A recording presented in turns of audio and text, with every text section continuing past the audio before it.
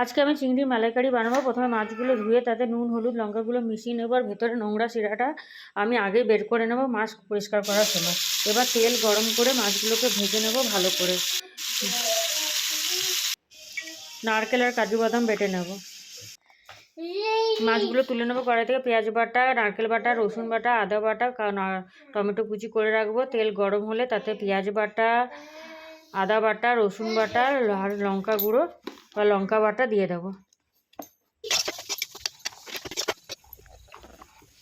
এবার এর মধ্যে নুন হলুদ আর পরিমাণ মতো চিনি দিয়ে দেবো, নিজের স্বাদ মতো।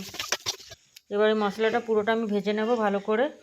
মশলা ভাজা হয়ে গেছে, আমি এবার লঙ্কা বাটাটা দিয়েছি, তোমরা আগেও দিতে পারো।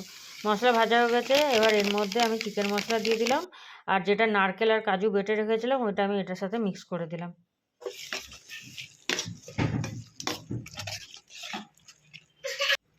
এটা ভালো করে হয়ে গেছে, এর মধ্যে জল দিয়ে দিলাম।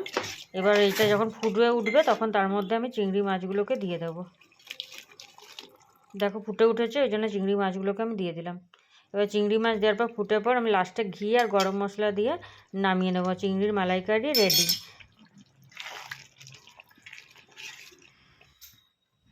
খেতে দারুণ হয়েছিল। এটা আমি এবার গরম গরম ভাতের সাথে পরিবেশন করব। দেখো একদম মাখা মাখা হয়েছে, খুব সুন্দর হয়েছিল।